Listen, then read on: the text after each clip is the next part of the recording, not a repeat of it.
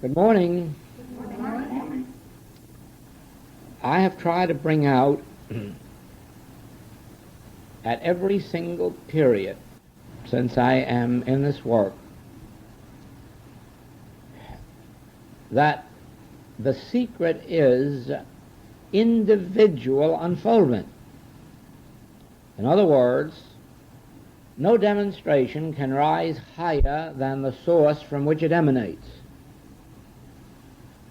And what is the source? So far as you are concerned, it's your consciousness. No demonstration can ever rise higher than your consciousness. Now, if you attain the consciousness of Christ as the source, substance, and activity of your experience must begin to approach infinity.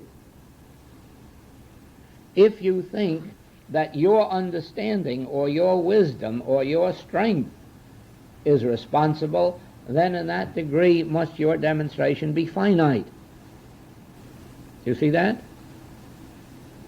Now, we have Jesus and 12 disciples. Who was the best healer? God, Jesus. Why should he have been the best healer? Now answer me on that. They all had the same teaching because he gave it to them. Now why should he have been the best healer? Did God respect him any more than the 12 disciples? No. He attained a higher degree of Christ awareness than they. Of the disciples, who do we look upon as the best or greatest or most in achievement? John, Peter. They stand out above the other 10. Why? They all had the same teaching. They all had the same teacher. They all had the same 3 years. Well, it was their individual demonstration. Now, 30 years later, along comes Paul. And Paul is undoubtedly greater than any of those who were actually physically present with the Master. Do you see that?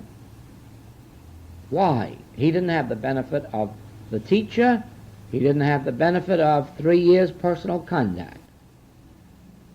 Yet his consciousness rose higher than those who did. So it is. We are all in the same boat.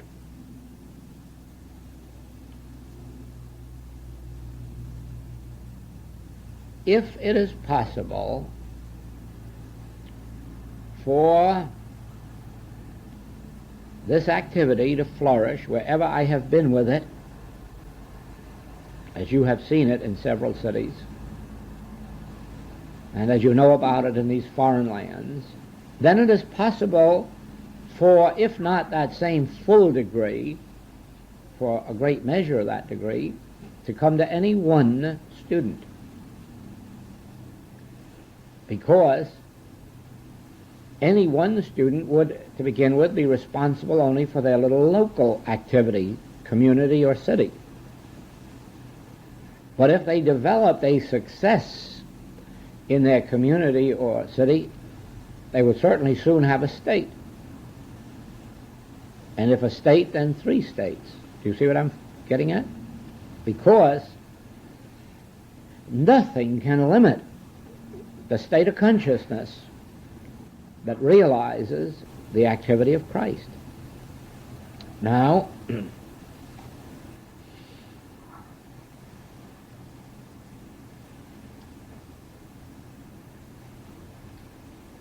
if an individual had the benefit of the foundational work that they receive in Christian Science, they can develop spiritual consciousness. It is probably the only metaphysical teaching on the face of the earth outside of the infinite way of which that could be said. There are individuals in unity and in New Thought who can attain spiritual consciousness, but not from those teachings. They would have to attain it in spite of those teachings, because the mistakes and errors of those teachings are so far beyond any truth that's in them that you'd have to rise very, very high above the teachings, above the limitations of the teachings, in order to achieve spiritual consciousness. But there is enough in Christian Science for anyone to do what, let us say, Bicknell Young did, Dr. DeLonge, Richard Davis, Nunn, so many others that we could name, who have really shown forth healing and teaching consciousness. Do you see that? Now, we should do better than they, because the Christian Science teaching embraces both a mental and a spiritual science. And your spiritual development would come only as you are able to brush aside the mental science and abide wholly in the spiritual science. In this we have no mental science. Even the letter of truth isn't a mental science, because it isn't anything that you rely on for your work. It is merely the foundation through which you open consciousness.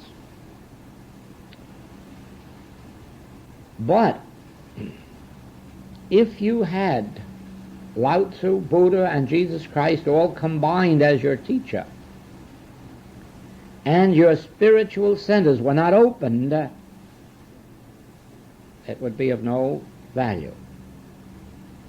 There were many who had the benefit of Jesus Christ's teaching who amounted to nothing. We know of hundreds who had Mrs. Eddy's teaching and amounted to nothing. But a dozen became internationally known figures, all through their healing and teaching consciousness. Do you see that?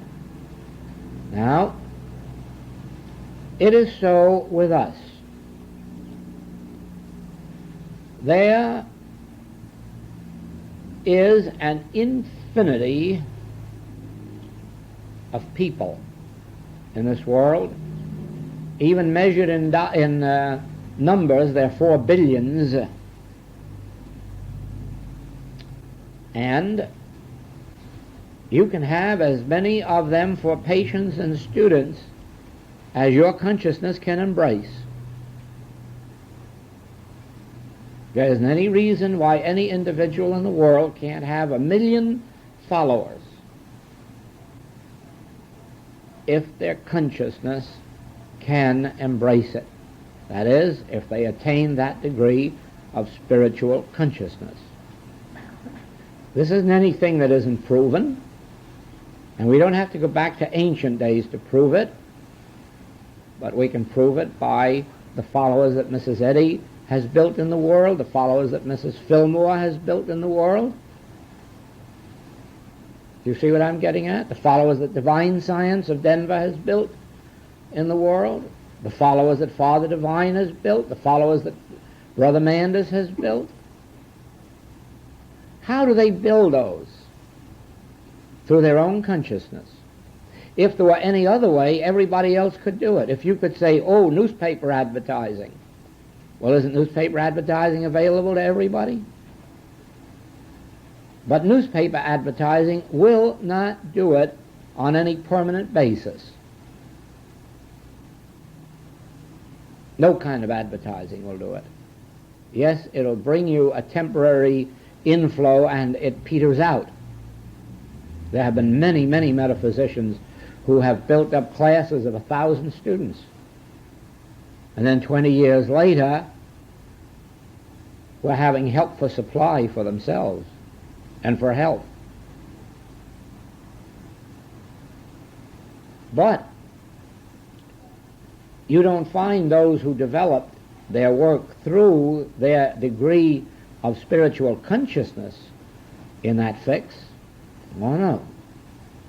No, Mrs. Eddy wasn't in that fix, and Bicknell Young wasn't, and Mrs. Fillmore wasn't, and so forth and so forth and so on. They had sufficient degrees of developed, cultured, spiritual consciousness that appeared outwardly as their patients, their students, their dollars, their properties.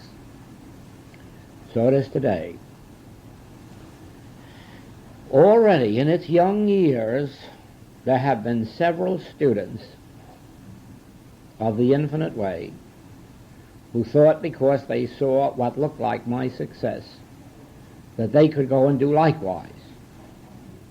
And if I could do it with the infinite way, they could do it with the infinite way. And they tried it and went nowhere with it. But you see, they tried it on the strength of the words infinite way, not on their consciousness of the infinite way. Now we have those who have the consciousness, and they have developed their own work, their own prosperity, their own patients, their own students, their own book sales, their own tape sales, all out of their own consciousness. Do you see that? Now,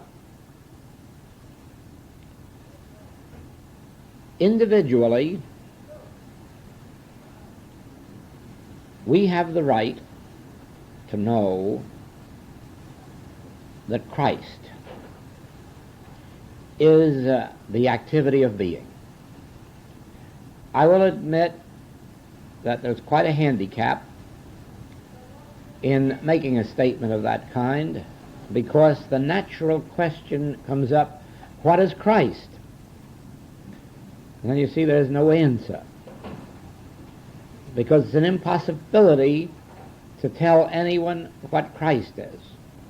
It is as if we were to say anyone can be successful in business if they have integrity. And then you say, but what is integrity? I want to get some of it. Oh yes, but it isn't something you can get. It's a quality of your being that you not only have, but actually that you are. And if you have realized it, you can go in any line of business, learn the physical details of it. The principles of business are all the same. Doesn't make any difference what line you're in. Wouldn't make any difference whether it's a corner grocery store or manufacturing dresses. The principle is all the same. You may have to learn a few different details of operation, but the principle that would make for success in one would make for success in the other, and the principle is integrity. But you can't define integrity, because you say honesty. Oh no, it's something more than honesty. So forth. Well, there it is, that word, Christ.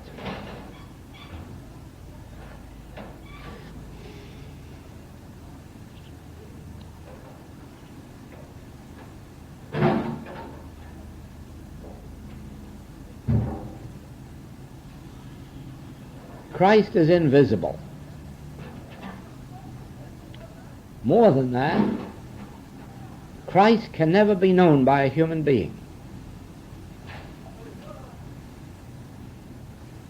Christ can never be explained. Christ can never be understood. It is completely outside the grasp of human awareness. And yet, it is as real as our very presence in this room. Sometimes, when you bring yourself to an actual state of frustration, that is when you are at the very place of Christ realization.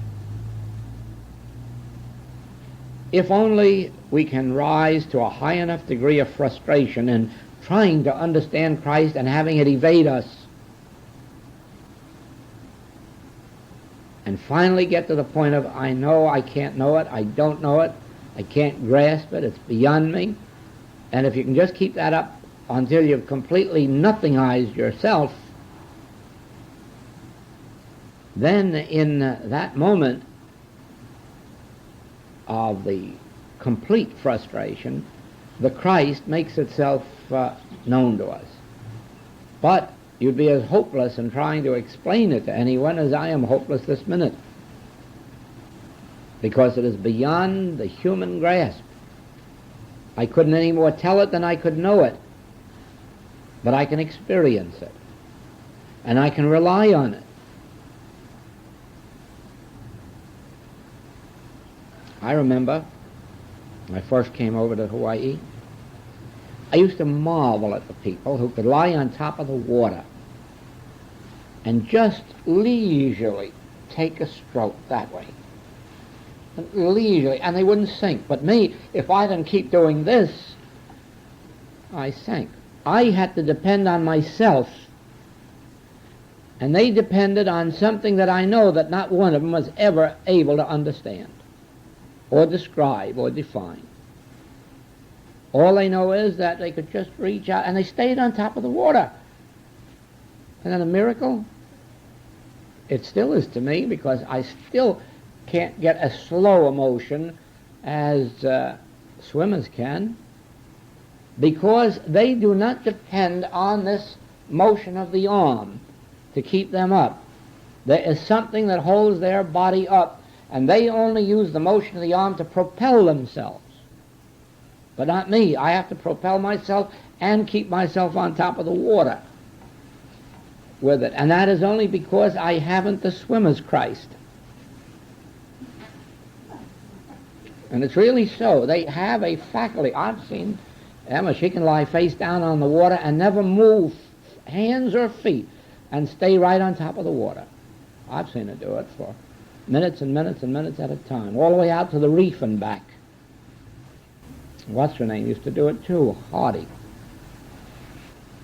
But I haven't achieved that. I have to keep moving. In other words, there is a reliance on myself. But somehow in this work, I never have to rely on myself, physically or mentally. I have that knack, or divine grace, of being able to rest. I can just rest. To me, it's almost like a cloud back here that I rest in. And then everything seems to take place in the outer world.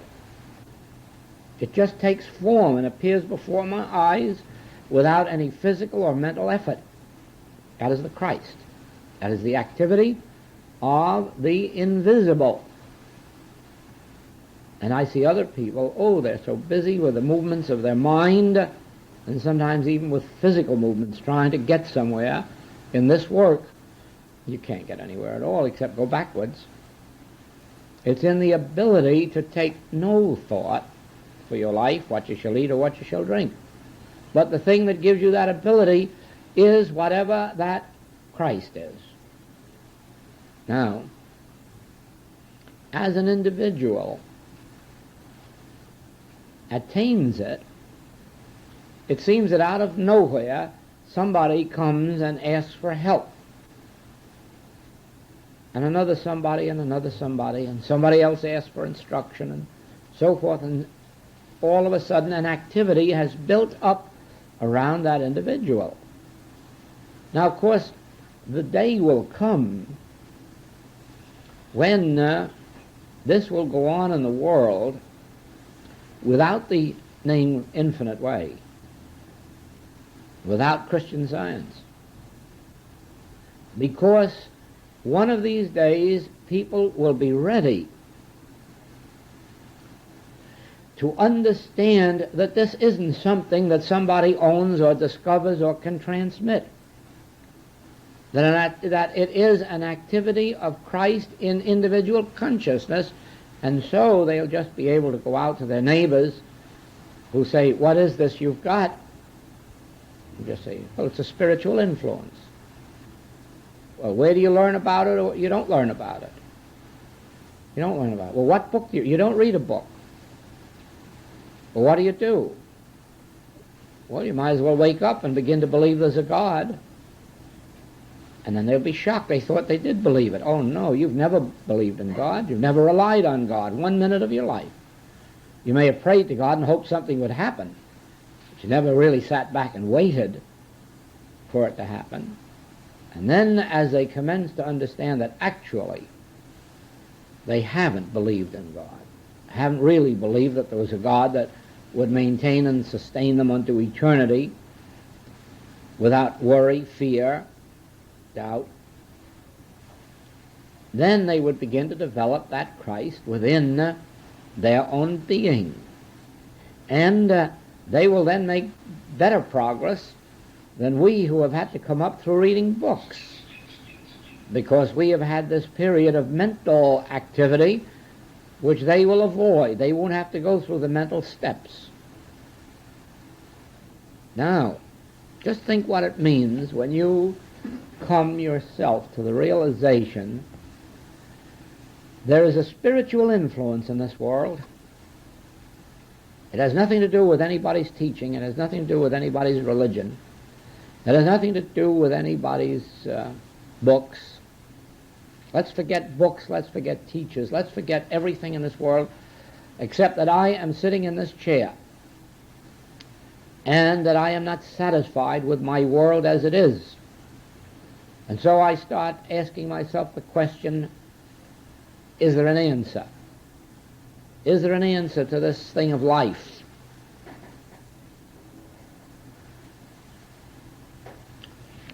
And as I ponder and as I question and as my thought thrashes around, pretty soon the idea will begin, well, you know, there must be a God, there must be a principle, there must be something or other. And so it may take days, weeks, months, years, but eventually it will reveal itself that there is a spiritual influence in this world, in this life. Something that existed before there was a world. Something that existed before there was an individual. Then you realize, why, yes, and it is that spiritual influence that is responsible for my being on earth. I didn't bring myself here, and I know enough now to know that parents can't create children. There is a spiritual influence that acts even upon seeds. Where is that spiritual influence? And it naturally follows that it's right where I am. Since it produced me, placed me here, it must be here where I am. Knowing Scripture, of course, that brings us right back to the fact the kingdom of God is within you.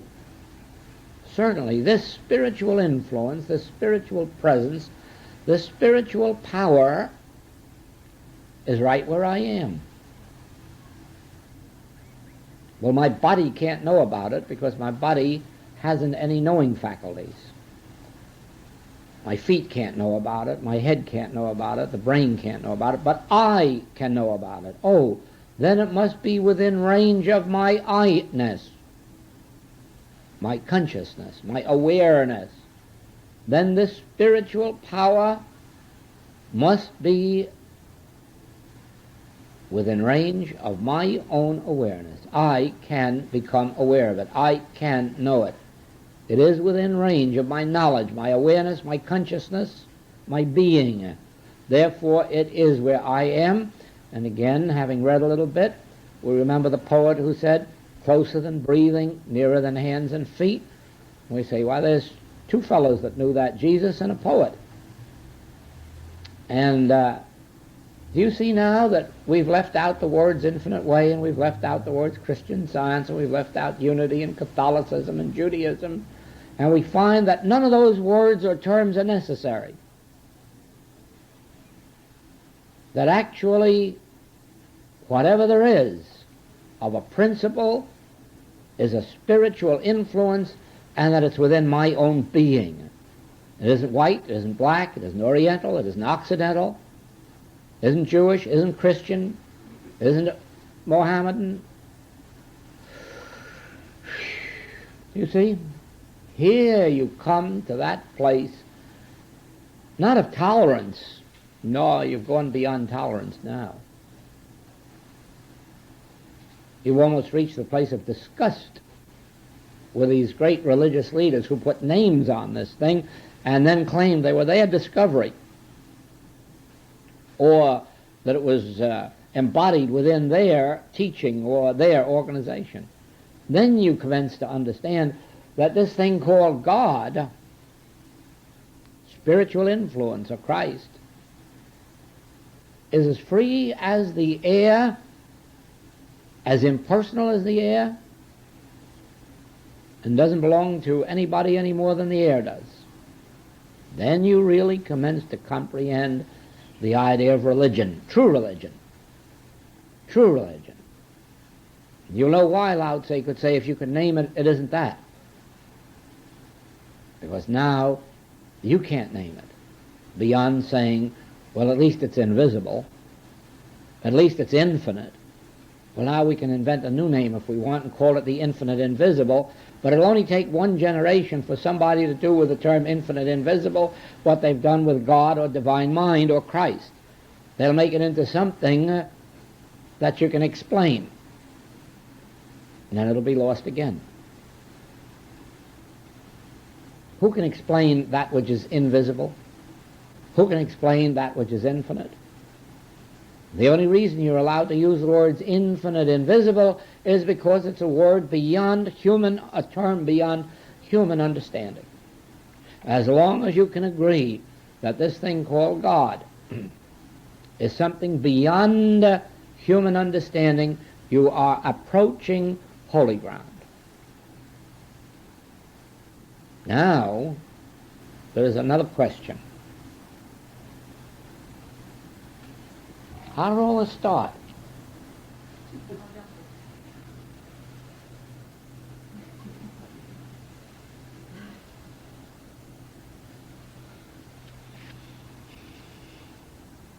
We have come to a point where we agree that there is a spiritual influence, a creative influence. Just through reasoning we can go on and declare that if it created, it must also maintain and sustain, otherwise it wouldn't be infinite. But the thought comes, if that's true, if there is a spiritual influence, and it is within me, or close to me, or within range of my own individual awareness, my own comprehension, certainly I've missed the point somewhere, because I haven't had consciously available to me any spiritual impulse. I have had to work for a living. I have had to use sweat, toil, labor, worry, thought, anxious thought, fearful thought, doubtful thought. And none of that is indicative of this, of which it is said, is not by might nor by power, but by my spirit. And then the question naturally arises, how do I avail myself of it? How do I bring myself into the experience, or how do I bring it into my experience? Let us acknowledge now that there is an it. Let us acknowledge that we do not know its nature, but we do know its effects.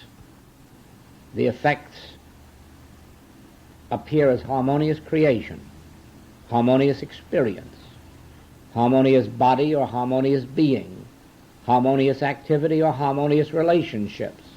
Let us acknowledge that even though we do not know the nature of the infinite invisible, at least we know its effects, and that having studied the lives of many, we also know that those who actually contacted it found peace.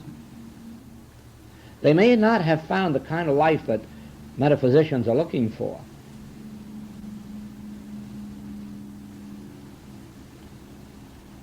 We may have to change our concept of what harmonious living is. I know that a great deal of the metaphysical world believes that harmonious relationship is indicated by the ownership of a Cadillac car. Might be heavily mortgaged, but riding in it is indicative of spiritual demonstration, or a big home, or something of that kind. And that is not true. That is not true. Spiritual harmony is made evident in a state of absolute contentment, peace, joy. The only discontent is that it provides a drive that does not leave us to just sit around and enjoy the physical good of life. In other words, once one has touched or been touched by that spiritual influence, there is a continuous divine discontent which comes no matter how joyous your experience or how successful, how healthy or how wealthy it is. There is still that divine discontent because you haven't achieved the full realization of Christhood. And it will drive and drive and drive. That is called the divine discontent. Very many of the mystics are disgusted when people come to them and say, I'm looking for happiness. And they say, what will you do with it after you get it? Rot somewhere? Because there is no happiness in the human sense for the person who achieves the Christ, except a momentary happiness. If someone came to them very ill or dying or dead, and they saw them raised up, there'd be a momentary sense of happiness that they had demonstrated the reality of Christ.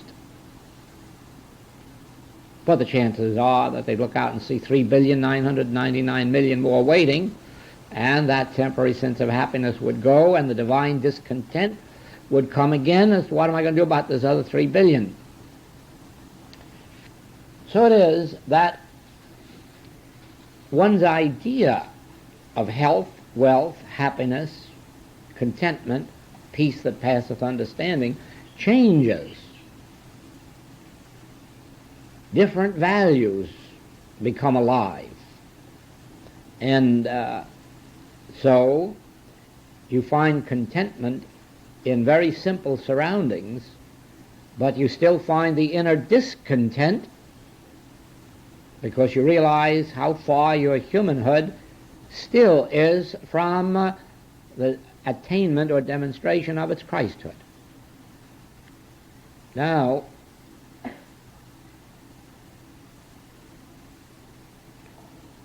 this has nothing to do with the neighbor sitting next to you in class or in church. This has nothing to do with the membership. It is so individual that you may go from this moment and attain the most wonderful experience imaginable on earth, while your very next door neighbor or seat person goes on to utter failure, ill health, and so forth. And you say, how could it have been with the same teaching and the same teacher? It had nothing to do with teaching or teacher. It had to do with individual consciousness. Do you see? Now, when you watch this work and you see one person out in the field being very, very, very successful, and you say, well, no wonder they're out there with that Infinite Way, and they've got those Infinite Way books and Infinite Way recordings, and Joel comes around once in a while and gives a class. No wonder they're successful. Don't you believe it?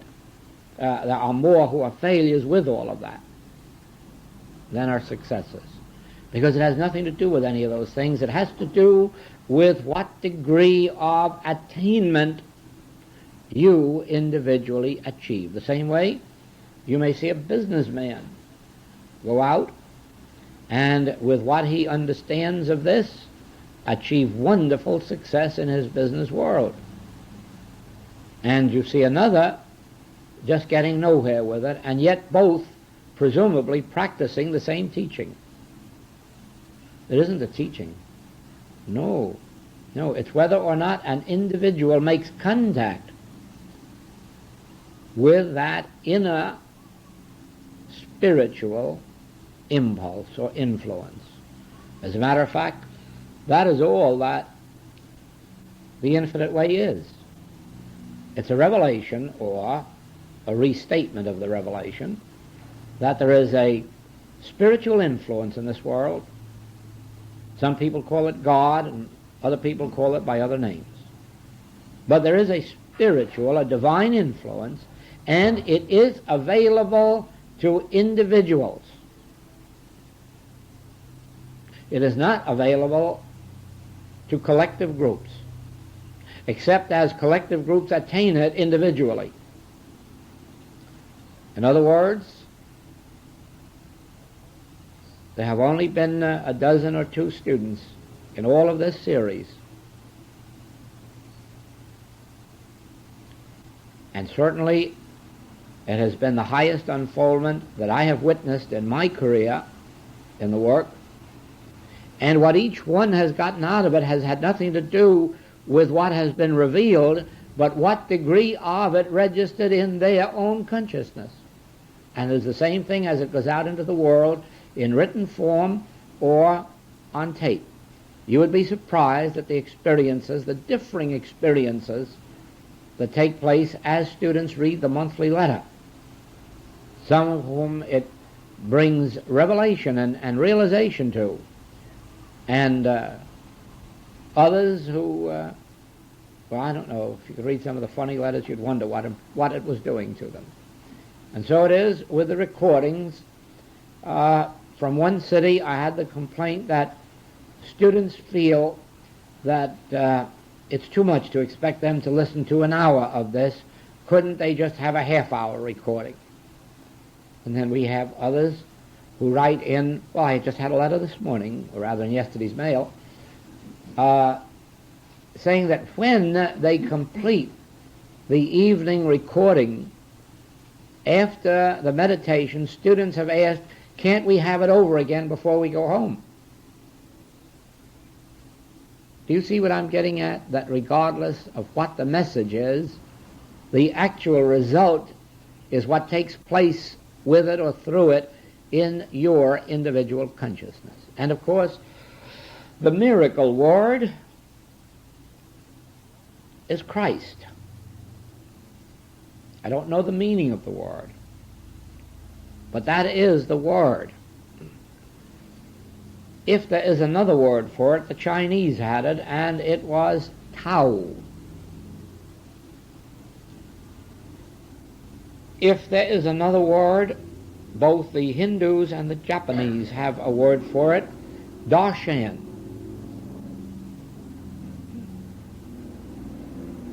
But as far as we're concerned, the word is Christ. It's just as meaningless, though, as Tao or Darshan. There's no way to define them.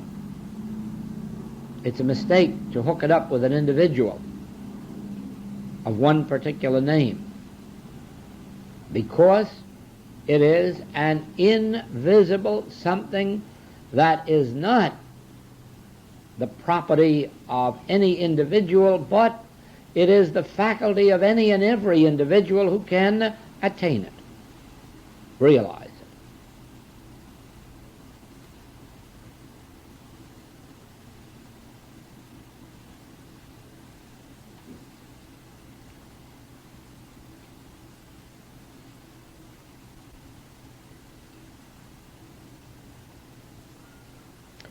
Philadelphus, what was the question that started all this? Oh, yes. Well, you see, a lecturer, a teacher, a practitioner in any of the metaphysical schools can present this in any way, under any name, in any form, if so be they themselves attain a measure of Christhood, of realization of this spiritual influence. Then whether they present it as one thing or another makes no difference, because this is to be found in the ancient manuscripts of India, and on this last trip I found it in an ancient manuscript of the Hebrews, that is, of the time of the year 1000 to 1100 A.D. I found this principle just as intact and perfect as it is presented in the infinite way. And they didn't use the word Christ. And yet, it was it. It was it. This Spirit, the same Spirit, the same transcendental, infinite, invisible, that led this particular writer of the 10th century or 11th century to say that we have no right to believe that we can know anything about God except that God is. Of course, he should be paying me royalties for these last 10 centuries, shouldn't he? Do you see that? We have no right. Oh, he goes on to explain that too. And he says that if you were to say God is love, or God is wisdom, or God is strength, or God is beauty, you are saying no more than if you just said God is. Isn't that clear? Isn't that true? Because God constitutes all being, all strength, all beauty, all wisdom, all love. Could there be such things separate and apart from God? No, and so to say God is comprehensive enough. He saw that. I saw that. And then in India I found a manuscript of the 15th century, and he discovered the same thing. See that? These are universal truths. And the tragedy is when some religion says, that's a teaching of our religion and proves that we are correct. Nonsense. That isn't a teaching of any religion. That is merely a teaching. Actually, it's a truth. But it's as universal a truth as the sun up in the sky, or the moon, or the stars, and just as available to any individual who will open their inner eye or inner ear. Christ is yours, Christ is mine. Christ is, and Christ is a state of divine being, an essence, presence, power, that is a joy, a beauty, and it comes into active expression in proportion as our thought ceases.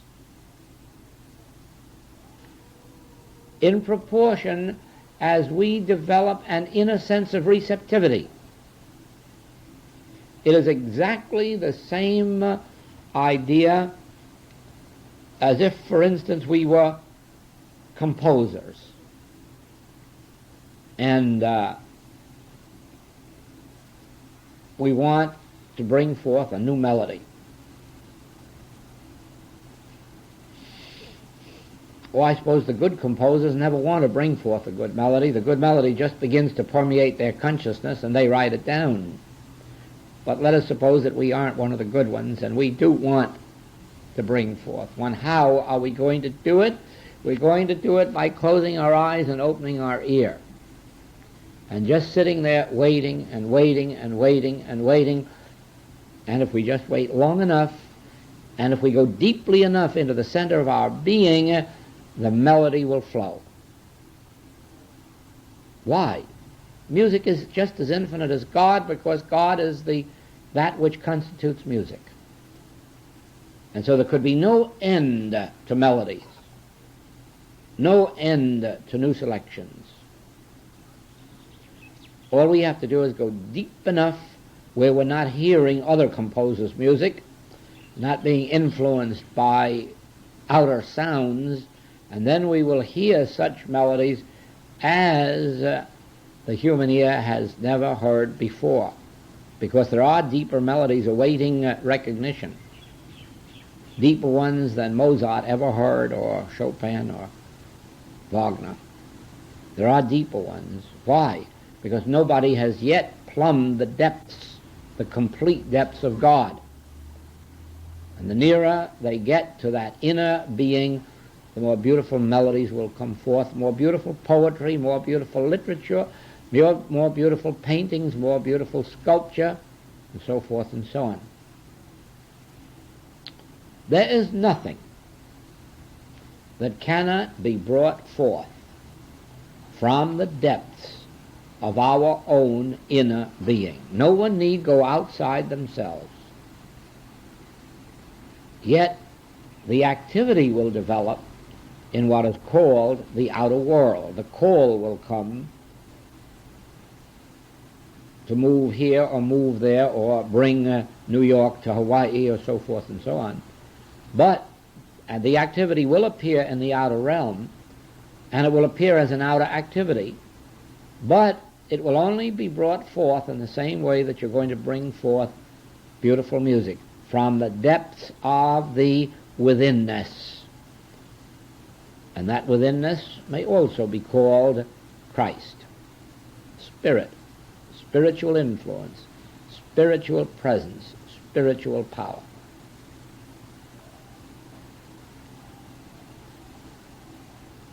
Anything that is in the mind of God can be brought forth through man,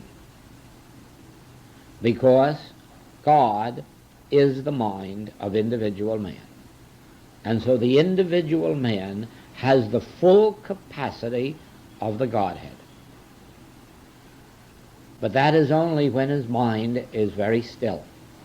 When the mind is very still, very peaceful, very quiet, then God is the mind of every individual, and any and every individual can bring through infinity in proportion to the quietness and stillness of the thinking mind, the reasoning mind.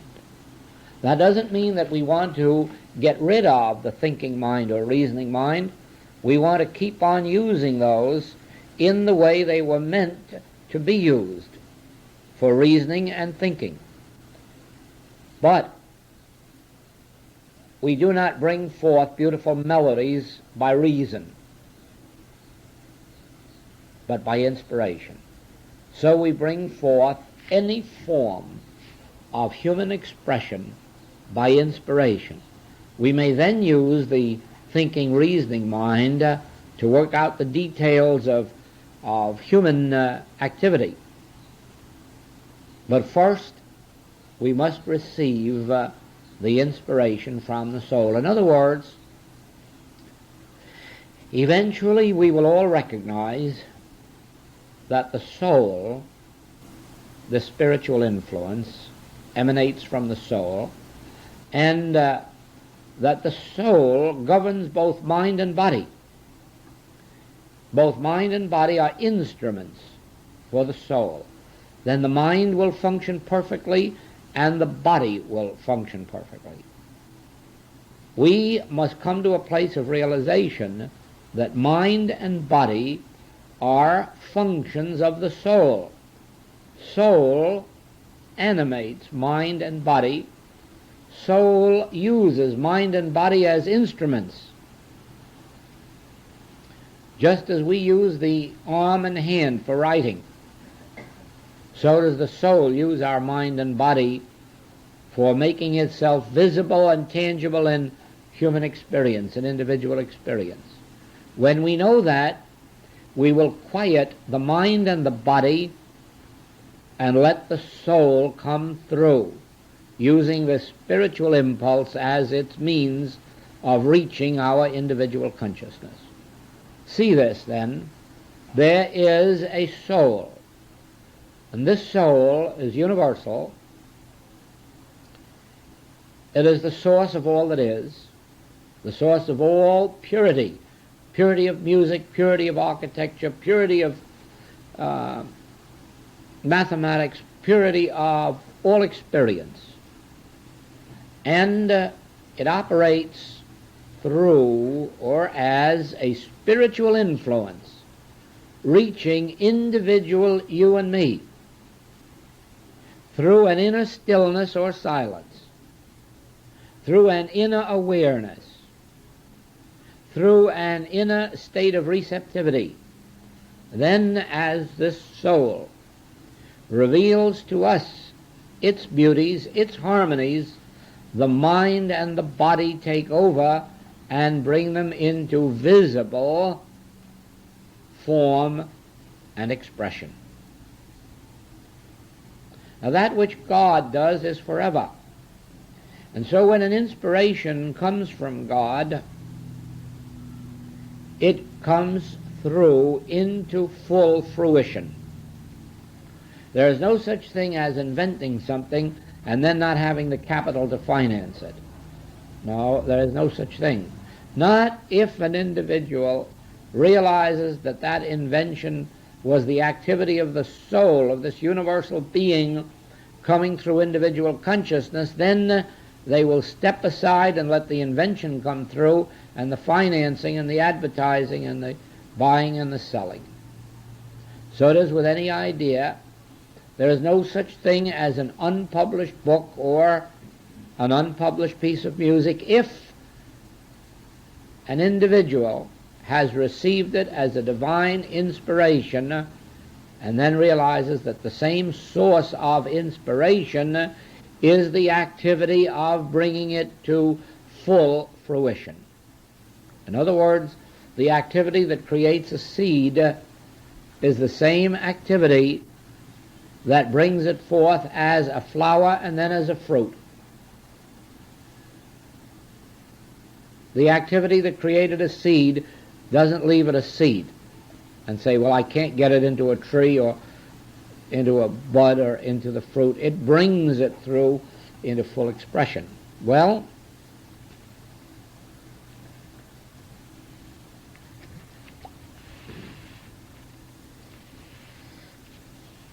I was going to talk about this subject of supply. Supply and health will always be the two major subjects in all spiritual unfoldment until the realization is attained that there is neither health nor supply, that there is only the attainment of the realization of God. The moment there is the realization of God, there is no such thing as health or supply to talk about, or safety or security. Those are words that drop out of your vocabulary, because the only interest that one has is abiding in this realization of God, and all these other things take care of themselves. In other words, God appears as safety, security, the rock, the fortress, the high tower, the cloud by day, the pillar by night, the manna, the water, the wine, the bread, the meat. God appears as these, so one has no concern for these. But until such time as that realization dawns, health and supply, maybe safety and security, will be the subjects most frequently discussed. Now, the unfoldment of the infinite way differs on these subjects from that which will ordinarily be found, because the infinite way makes it very clear that prayer, or even metaphysical treatment, for things like health or supply or safety or security can never succeed.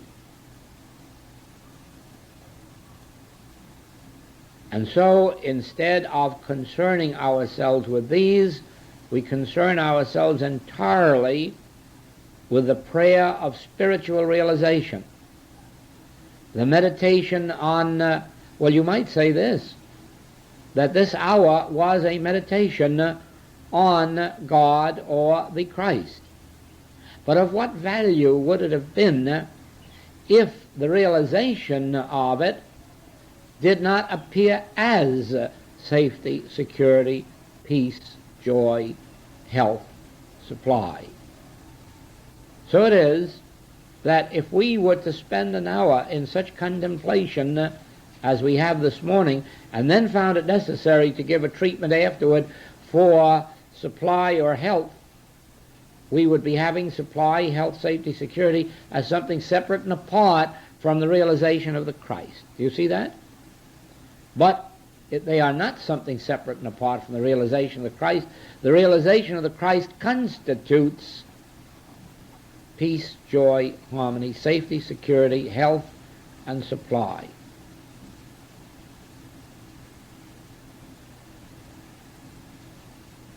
Ah, yes. In the world,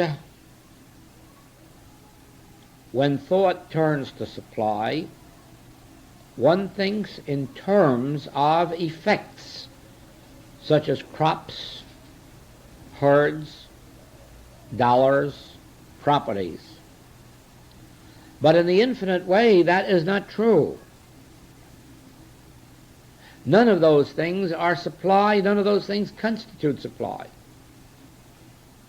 And to think of them sets up a sense of separation from supply, because what is supply? The realization of God is the only supply there is. The realization of God is supply. Supply is something within you, not external to you. Supply does not grow on trees.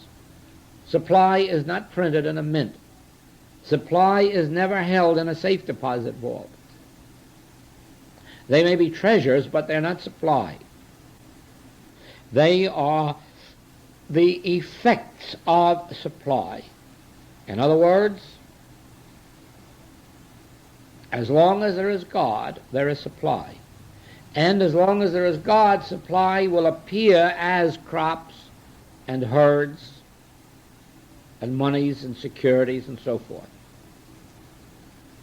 But try to think in terms of monies, securities, properties, and crops and herds, separate and apart from God, and you have the reason for wars and lawsuits. Wars and lawsuits are always fought over effects, something that's already in existence in the world and two people want them. Whereas, the moment there is the realization of supply, nobody wants them. Nobody cares who's got them or who owns them, because the realization of supply produces effects called crops, herds, securities, as they may be needed and beforehand. Try in every way to realize this. When you think of supply, instantly think of God or the Christ as supply.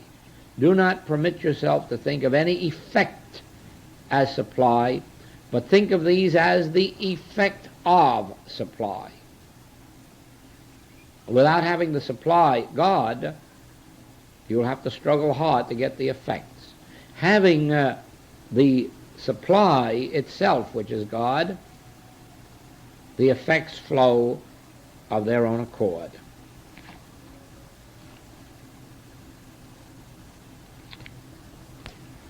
I wanted to conclude with one subject here, and that is the word sin.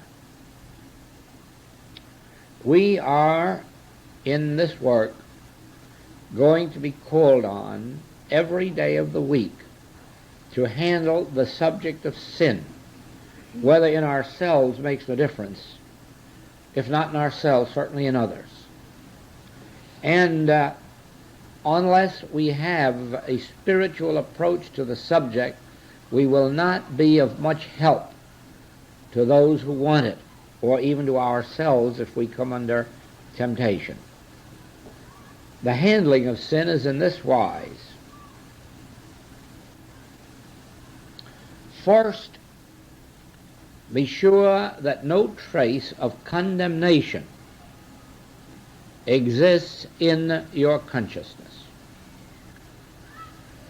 For the simple reason that a person indulging sin is no more responsible for it than the person who has a headache or a cold. It is only one of the world's discords touching them in a different way. Therefore, to hold them in condemnation would be making it an utter impossibility to bring out healing. It is as if you were to condemn a paralytic because they couldn't walk. And that would be utter nonsense. Now, turn from the sin or the sinner in the realization that a good human is not necessarily more spiritual than a bad human. And then you will almost instantly have had a healing. The moment that you can realize within yourself that you are no more interested in a good human than in a bad human, but in the spiritual entity of an individual, in that moment you have broken the illusory power of sin, false desire, false appetite. Do you see that? Thank you.